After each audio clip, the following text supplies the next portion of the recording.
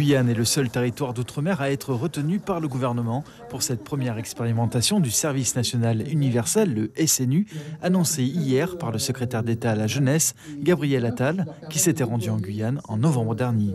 200 volontaires âgés de 16 ans vont être recrutés d'ici le mois de juin, notamment pour tester les 15 jours prévus en hébergement collectif. Nous avons des sites en capacité d'accueillir 200 jeunes. Et dès le mois de juin, ça sera évidemment une opération qui sera mise en place dans le cadre d'une réunion avec nos partenaires, avec des associations, des structures en capacité d'accueillir et d'héberger. Et puis surtout, nous allons cibler avec le rectorat et un encadrement aussi en lien avec les personnels du ministère des Armées pour essayer de travailler sur ce cahier des charges qui sera précisé.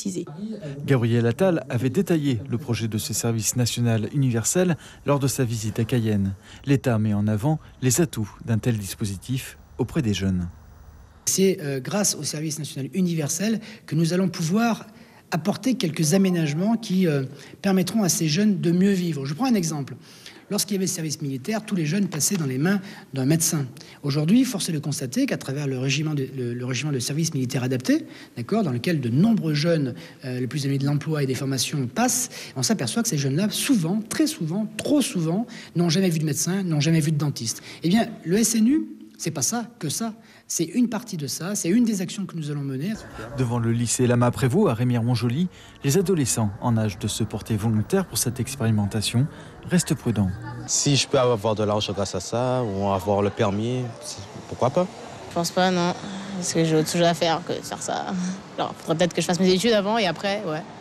Si c'est pour faire quelque chose et après revenir en cours, non, c'est bon. Pour le pays, c'est bon. Au programme pour ces 15 premiers jours de service, activités de pleine nature, autodéfense, secourisme, bilan de santé et lecture. Suivez l'info sur Guyana Première, télé, radio et internet.